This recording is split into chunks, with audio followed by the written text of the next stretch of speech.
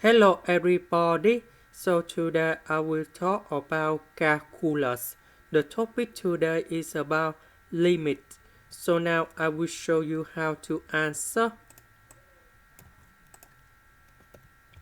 So we have y square, y square, y square, y square, and y square.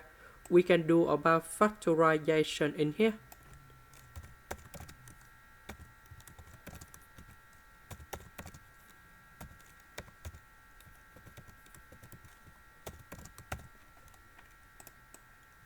Next, this one, we know this is about identity, and that's about y minus 2 to the power of 2.